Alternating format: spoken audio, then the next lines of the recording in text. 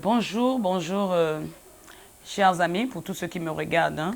Je suis Marika Coaching, votre coach.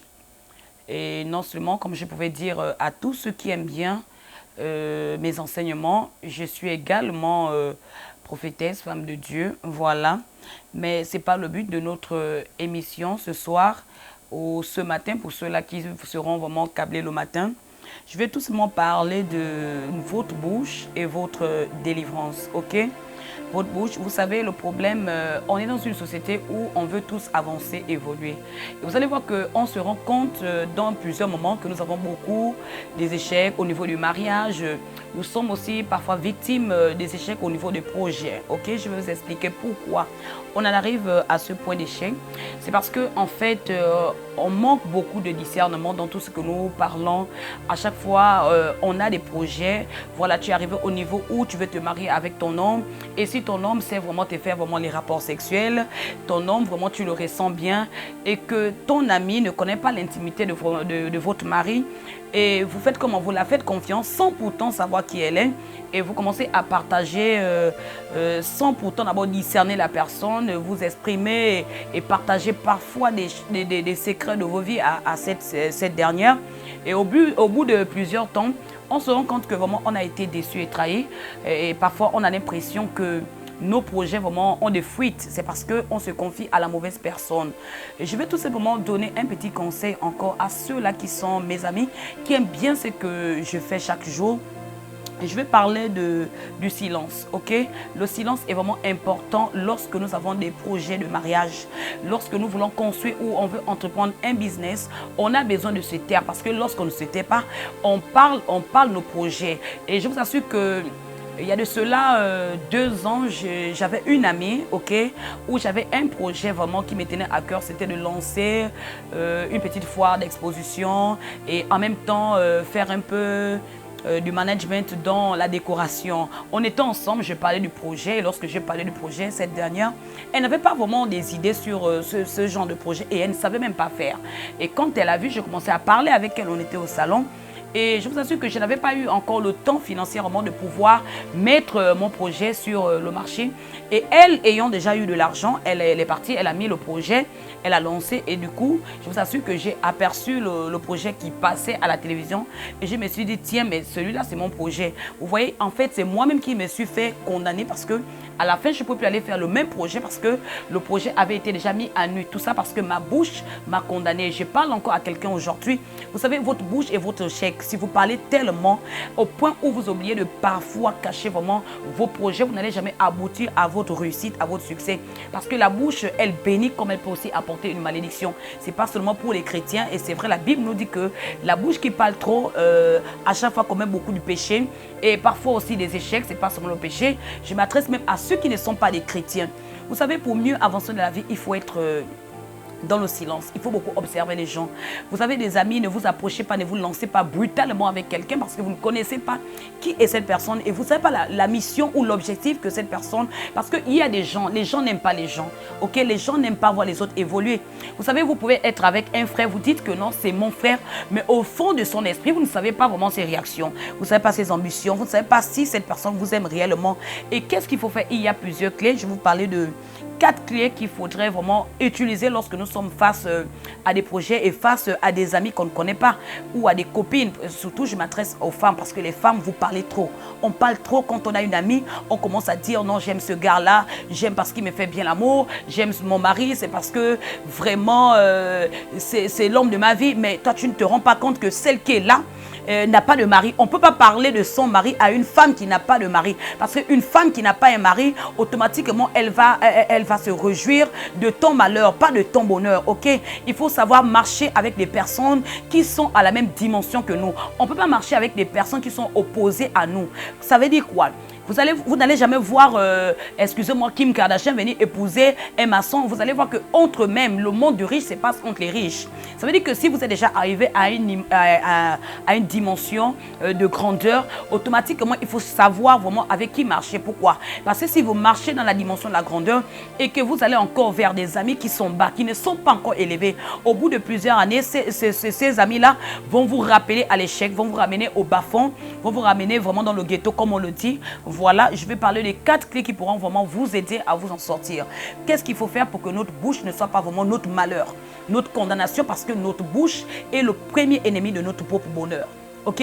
Parce qu'on voit le plus souvent la grand-mère, on parle du grand-père, on parle de la sorcellerie dans les églises. Et c'est comme ça, vraiment, vous allez voir, il y a des personnes qui vont chez les Nganga parce qu'ils veulent vraiment réussir à avoir la grandeur, mais ils oublient que le premier ennemi, ce n'est pas d'abord ton père, ta mère, mais c'est ta propre bouche parce que tu parles trop. Et c'est vrai, tu n'as pas des confidentialités, tu n'as pas de secret professionnel. Et vous savez, lorsqu'il y a déjà 2-3 personnes qui sont informées d'un projet ou qui sont informées de ce que vous voulez faire, on ne peut plus parler de secret à cet instant. C'est fini parce que ce secret n'est plus secret. Un secret, il est secret lorsqu'il est au fond de votre cœur. Lorsqu'il sort du cœur, il n'est plus appelé secret. Ok? Et vous allez voir que ces 4 clés sont vraiment les clés qui peuvent vous aider à triompher, à pouvoir réussir et à pouvoir vraiment aller de l'avant dans vos projets de mariage comme de construction et même pourquoi pas réaliser vraiment des grands projets de réussite et de conférences et tout. Vous allez voir, il y a le silence. Je vais parler d'abord du silence. Même la Bible parle du silence, ok? La Bible, vous allez voir que même l'Éternel dit, gardez le silence, l'Éternel combattra pour vous. Ça veut dire quoi? Ça veut dire que lorsque nous avons un projet, on doit se taire. On veut se marier, on se tait. On aime un gars, on aime un mari, on a notre mari, on a notre foyer. Les choses qui se passent dans la maison, les gens n'ont pas besoin d'être informés. Ni tes voisins, ni tes enfants. Lorsque vous avez des problèmes avec votre mari, prenez le temps de vous mettre à deux dans la chambre. Ayez un dialogue. Dialoguez entre vous en privé. Lorsque ça sort déjà, ça vient au salon. Sachez-vous, vraiment, sans vous rendre compte, certainement c'est un voisin qui est là, qui a l'écoute. Il est de passage, il a déjà capté le message et votre vie est dehors. Et je vous assure que j'ai eu des problèmes, tout simplement prendre d'abord mon histoire. Parce que si je me mets là, c'est parce que j'ai vécu ça dans mon foyer. J'ai fait près de 6 ans, 7 ans de mariage. Il n'y avait pas de discussion avec mon homme, on n'avait pas de problème. Et lorsque j'ai commencé à amener des amis autour de ma vie qui venaient me rendre visite, ils ont vu la façon qu'on vivait parce qu'il y a une voisine qui m'avait dit un jour, mais attends, je me rends compte que votre époux et vous ne vous discutez jamais. J'ai dit oui parce que on a des discussions, mais on n'aimait pas ça en surface ou devant les enfants. Un couple, quand vous commencez à vous battre lorsqu'il y a des enfants, lorsqu'il y a des voisins, sans le savoir, vous allez exposer votre mariage. Au bout de plusieurs années, vous allez voir que vous allez rentrer en rupture. Et je vous assure que quand nous, on avait des problèmes, on discutait dans la chambre, excusez-moi, on passait le temps à régler nos problèmes sans que personne ne soit là. Mais je vous assure qu'à un moment donné, j'ai perdu le contrôle. J'ai commencé maintenant à faire confiance à l'extérieur. Je prenais mes projets, mes problèmes de foyer. J'allais demander maintenant de l'aide avec des amis. J'ai demandé de l'aide avec des sœurs, des femmes de Dieu, des prophétesses. Et je vous assure que là, j'ai connu vraiment un bouleversement total. Mon malheur a commencé dans mon foyer. Et je vous assure que ce n'était pas facile. C'était pas facile parce que je vous assure, j'avais eu l'impression que tout était à nu. Voilà pourquoi on se pose des questions. Notre vie est à chaque fois exposée à cause du fait qu'on n'arrive pas à garder silence. Donc je parle à des femmes, lorsque vous avez des problèmes, apprenez à vous taire, apprenez à mener votre conjoint dans la maison, dans la chambre, réglez cela entre vous deux. Vous n'avez pas besoin de faire confiance à X ou Y. Faites confiance à l'Éternel, faites confiance à votre cœur, c'est tout. Dialoguez. Et si vous voyez que vous n'avez pas de dialogue, essayez de trouver un coach. Et avant de prendre un coach, il faudrait que ce coach soit à la hauteur de ne pas vraiment pouvoir mettre à nu toutes les situations que vous les expliquez. Donc prenez du temps, même avant d'aller vers un prophète ou d'aller vers un homme de Dieu. Ce n'est pas parce que c'est un homme de Dieu. Il faut d'abord vous assurer si cette personne est bien. Et là, je vais parler de la deuxième clé, c'est le discernement. Donc le discernement, c'est quoi? Ça veut dire, lorsqu'on a des problèmes, on sent que ça pèse. Hein? À cet instant, avant d'aller se confier à X ou Y ou à un ami ou à un homme de Dieu ou à une femme, parce que je vois aujourd'hui beaucoup vont en ligne, commencent à émettre leur situation, parfois d'autres vont dans les radios, vous commencez à expliquer vos problèmes. Est-ce que depuis que vous avez expliqué vos problèmes, est-ce que vous trouvez que vos problèmes sont réglés? Non, on a l'impression que ça devient vraiment plus fatal parce qu'on n'a pas eu le temps de discerner la personne avec laquelle on est parti exposer une situation. Donc face à un problème, face à une situation, il faut d'abord discerner avec qui on peut parler. Il faut discerner avec qui on peut expliquer pour trouver vraiment la paix du cœur. Je vous comprends parce que parfois il y a des femmes qui m'ont appelé, qui m'ont dit mais prophétesse, coach, vraiment on a un souci. C'est parce que on se sent parfois frustré, on se sent parfois étouffé et du coup on cherche vraiment à se vider le sac. Lorsqu'on veut se vider le sac, écoutez-moi bien, on peut se vider le sac parce qu'on a trop de problèmes. Et je vous assure que les problèmes là n'auront jamais une fin. Tant qu'on vit, on aurait toujours des problèmes. Tant qu'on vit, il y aura toujours des situations qui vont nous arriver. C'est pas parce que tu vas vider toute une journée avec quelqu'un que vous pensez que vous allez trouver la solution. Ok, non. Quand vous sentez que ça pèse tellement et que là vraiment vous n'en pouvez plus, je vous demande de faire le vide d'abord. Faites le vide, allez prendre quelque chose, un petit thé dans un petit restaurant ou parfois faites du shopping pour les mamans, pour les femmes. Faites du shopping, parfois faites vraiment les lèches vitrines, vous regardez un peu, vous faites le tour des magasins et je vous assure que ça fait du bien. Allez-y vraiment parfois, hein, trouver des enfants, vous allez partir dans des parcs d'attractions. Pour ceux qui n'ont pas des parcs d'attractions, vous pouvez partir même dans votre chambre, vous allez commencer à mettre une louange ou vous partez dans les réseaux sociaux, vous commencez à regarder beaucoup de couleurs, beaucoup d'images, ça va vous détendre l'esprit et vous allez vous retrouver et vous allez sentir vraiment le temps et votre cœur va s'apaiser à votre situation. Mais lorsque vous partez parce que vous avez un problème, on veut se confier, on veut parler à quelqu'un, on veut faire confiance à quelqu'un, je vous assure qu'il n'y a pas de confiance.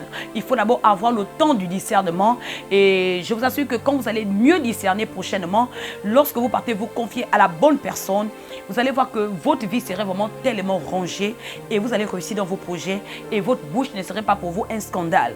Parce qu'il y a des femmes aujourd'hui, à 2 pas, j'ai eu une dame, je vous assure qu'elle voulait se marier à 5 mois de son mariage, il y a eu la séparation. Pourquoi cette séparation? C'est parce que la sœur qui était sa pauvre petite sœur aimait son mari et c'était vraiment un ex parce qu'ils sont sortis sans que la sœur ne sache que c'était vraiment un ancien conjoint à sa sœur.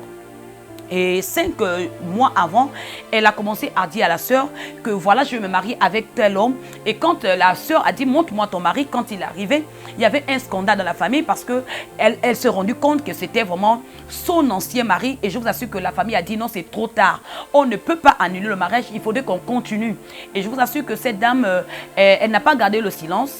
Et de là, qu'est-ce qui va se passer? Le mari a épousé la sœur et l'autre, après le mariage, le même jour, la dame s'est paralysée jusqu'à aujourd'hui. Quand elle est venue me voir, j'ai dit non, c'est trop tard parce qu'elle a reçu des fusions nocturnes, elle a reçu des pieds qui se sont endommagés, elle ne peut plus marcher jusqu'à aujourd'hui. Donc elle a reçu le mariage, mais elle a perdu sa santé et je vous assure qu'aujourd'hui, elle est un sujet de moquerie. Et quand elle est arrivée vers moi, j'ai dit non, c'est parce que vous avez montré à toute la famille, pourtant vous saviez que cet homme l'a sorti avec votre sœur. Il fallait garder, il fallait faire une surprise. Et je vais prendre encore pour terminer la vigilance. Il faut être vigilant. Quand on a un problème, il faut être vigilant. Vous allez voir qu'il y a des personnes qui meurent en cas d'accident.